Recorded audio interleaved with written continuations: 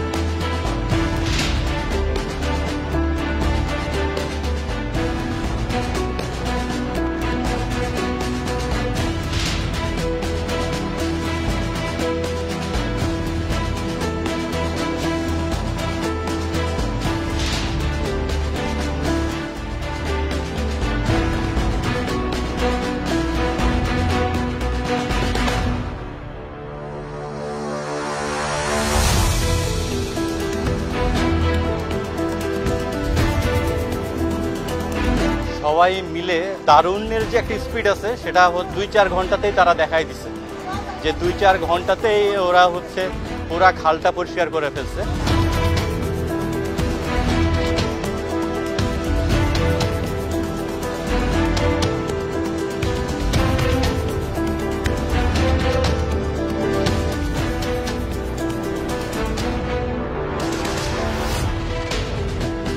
তারা আমার আহ্বানে সকলে আজকে প্রায় 1200 অধিক বিডি ক্লিনের সদস্যরা আজকে নেমেছে এই প্যারিস খালটাকে পরিষ্কার করার জন্য।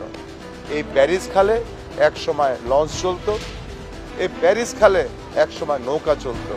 এখন নৌকাও চলে না, লঞ্চও চলে না, এটি একটি ভাগাড়ে, ময়লার ভাগাড়ে পরিণত হয়েছে। আজকে এই বিডি ক্লিনের সদস্যরা আমরা সকলে মিলে এখান থেকে সোফা, জাজিম, ল্যাম্প, টেলিভিশন, ফ্রিজ, সুটকেস আর ময়লা তো আছেই, সব আমরা উদ্ধার করেছি এখান থেকে। এবং উদ্ধার কার্যক্রমের জন্য আমি বিডি ক্লিনকে ধন্যবাদ জানাই। শুধু প্যারিস খাল না, প্যারিস খালের আশেপাশে প্রায় 2 থেকে 3 কিলোমিটার 3 নম্বর ওয়ার্ডের, এবং আমি দেখেছি আমাদের 4 নম্বর ওয়ার্ড, 5 নম্বর ওয়ার্ডের এই কানেক্টিভিটিগুলোকে সরানোর জন্য সবাই কাজ করছে এবং এই অভিযান অব্যাহত থাকবে।